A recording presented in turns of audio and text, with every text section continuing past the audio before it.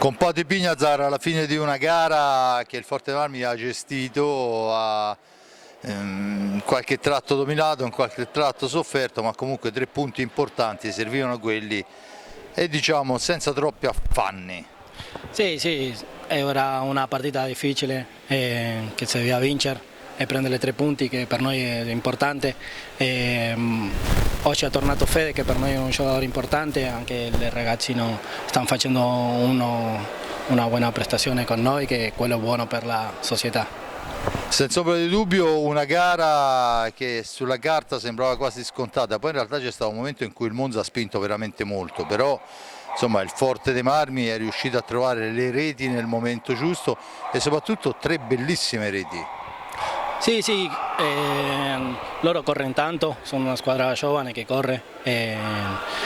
Noi abbiamo sbagliato tanto, credo, anche per far gol, che quello alla fine è difficile perché loro vienen contro noi e se no fa il gol dopo la partita torna più difficile, però credo che lo importante è che si è vinto e abbiamo preso le 3 punti.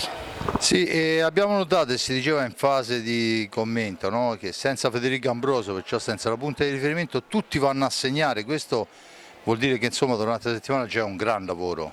Sì, sì, sì, perché Fede è l'attaccante che gioca di punta e noi nos dobbiamo abituare a fare quella figura che per noi è difficile, per me è difficile perché io sono abituato a giocare indietro, però con questa squadra te deve fare di tutto, attaccare, difendere, far gol, assist, tutto deve fare. In allenamento si allena quello per fare lo che si sta facendo.